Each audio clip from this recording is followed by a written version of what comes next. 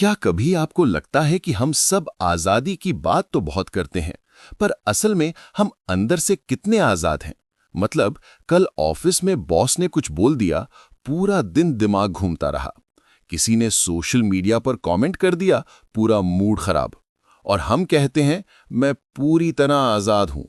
दोस्तों, सच तो ये है कि आजादी की सबसे बड़ी लड़ाई बाहर नहीं, अंदर चल रही होती है। और इसी आंतरिक आजादी को समझाने के लिए जे कृष्णमूर्ति ने एक जबरदस्त किताब लिखी है, आजादी की खोज। तो चलिए, आज हम इस किताब के उन गहरे लेकिन बेहद प्रैक्टिकल आइडियाज को ऐसे समझेंगे कि आपके दिमाग में सच में एक खिड़की खुल जाएगी। नमस्कार दोस्तों, जीवन पथ पर आपका हार्दिक स्वागत है।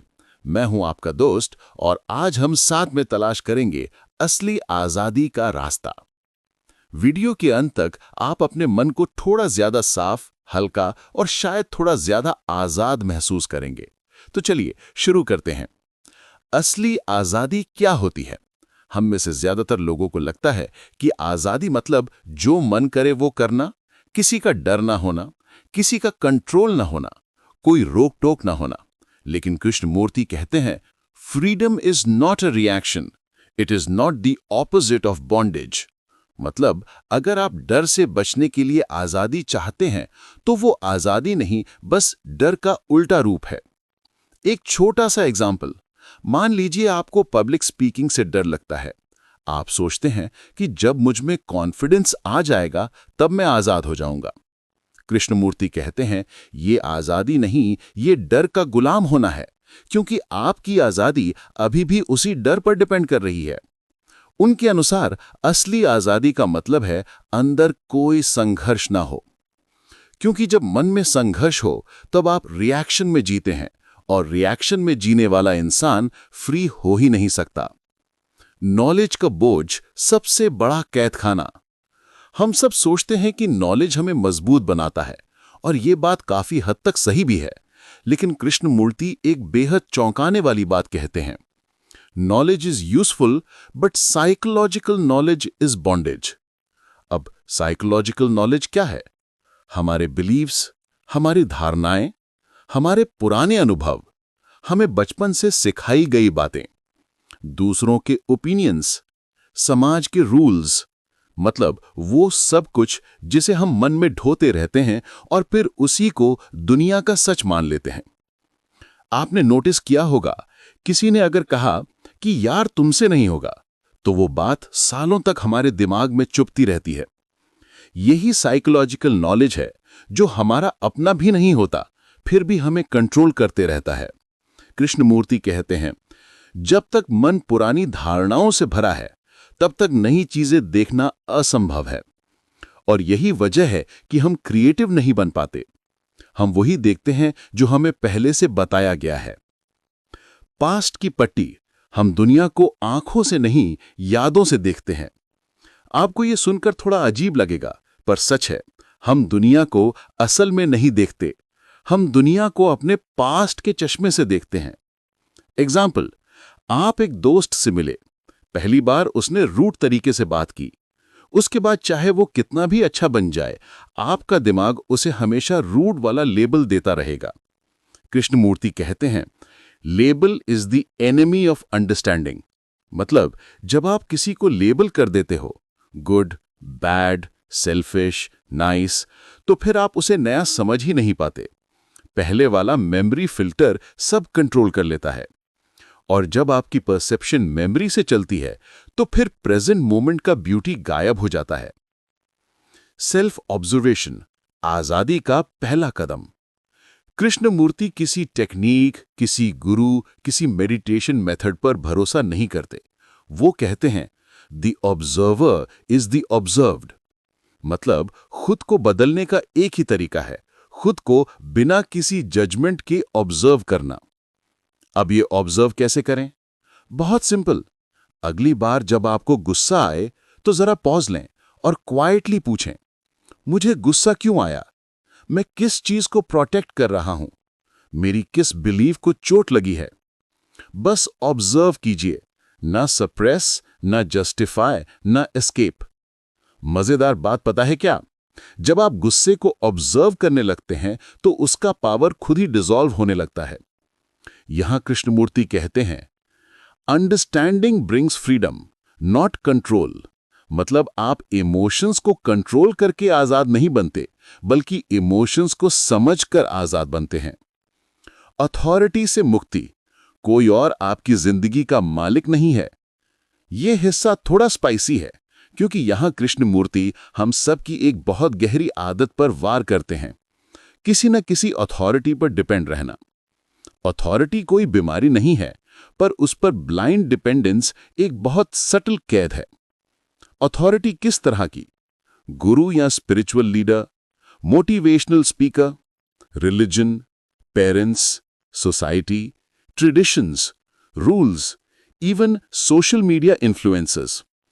कृष्णमूर्ति कहते हैं, freedom begins when you stop following. इसका मतलब ये नहीं कि हम रिबेलियस बन जाएं। इसका मतलब है हम सोचें, समझें और खुद डिसाइड करें क्या सही है। अगर हम किसी रूल को सिर्फ इसलिए मानते हैं क्योंकि सब लोग मानते हैं, तो ये आजादी नहीं है। असली आजादी है फियर, आज की दुनिया का इनविजिबल जेल। कृष्णमूर्ति पूरी किताब में फियर को बहुत ध्यान से एक्सप्लेन करते हैं और उनका सबसे बड़ा क्लेम यह है, fear exists only in thought. मतलब फेल होने का डर, खोने का डर, रिजेक्शन का डर, भविष्य का डर, अकेले रह जाने का डर, ये सब रियल नहीं है। ये सब सिर्फ इमेजिनेशन है। आप सोचिए, अगर भविष्य सिर्फ एक थॉट है, तो फिर भविष्य का डर भी सिर्फ एक थॉट ही हुआ। तो फिर हम इस इमेजिनरी फियर को इतना पावर क्यों देते हैं?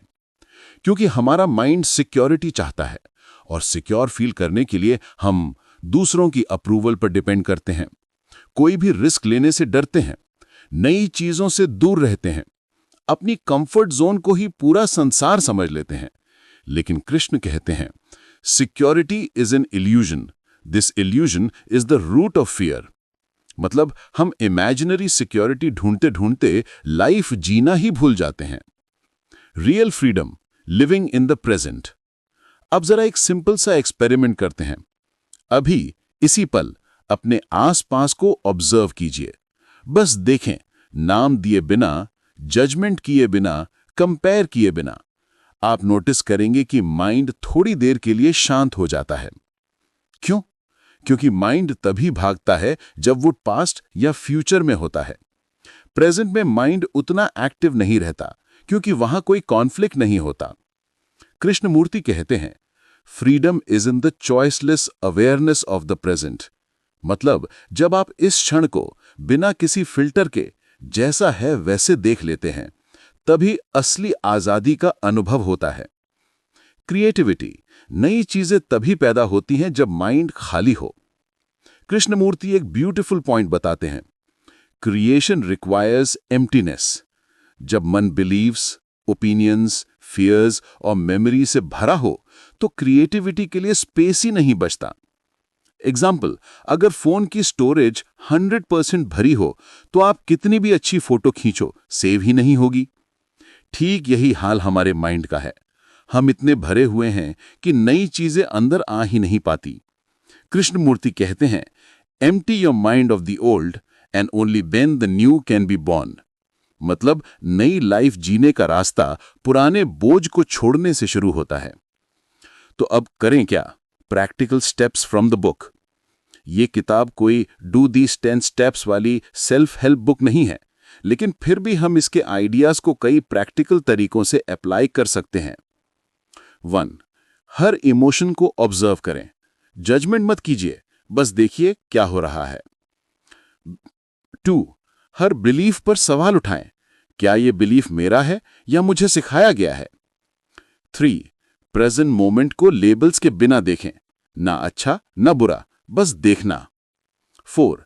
अपने थॉट पैटर्न्स को नोट करें। माइंड क्या क्या सोचता है, क्यों सोचता है, कब सोचता है। 5. किसी भी अथॉरिटी को ब्लाइंडली फॉलो ना करें, हर चीज को खुद समझकर एक्सेप्ट करें। 6. अपने रिएक्शंस को ट्रैक करें। रिएक्शन जहां है, आजादी वहां नहीं है। फाइनल मैसेज, आजादी कोई मंजिल नहीं, एक समझ है। कृष्णमूर्ति कहते हैं, आजादी कोई ऐसा गोल नहीं कि आप एक दिन वहां पहुंच जाएंगे। असली आजादी एक ऐसा इनर क्लैरिटी है जो तब आती है जब आप खुद को, अपनी कंडीशनिंग को और अपने माइंड की पूरी मशीनरी को समझ लेते हैं। जब अंडरस्टैंडिंग आती है तो मन खुद ही हल्का हो जाता है, और वही हल्कापन, वही क्लैरिटी, वही साइलेंस आपको एक ऐसी फ्रीडम देता है जिसे शब्दों में डिफाइन नहीं किया जा सकता। तो दोस्तों, ये थी जे कृष्णमूर्ति की आजादी की खोज की एक गहरी लेकिन सरल यात्रा। उम्मीद है कि इस वीडियो ने आपके अंदर भी कुछ हलचल पैदा की होगी, कुछ सवाल, कुछ क्लैरिटी और शायद थोड़ी सी इनर फ्रीडम भी। अगर वीडियो पसंद आया हो तो जीवन पथ को सब्सक्राइब करना ना भूलें, क्योंकि यहाँ हम लाइफ को समझते भी हैं और जीते भी हैं।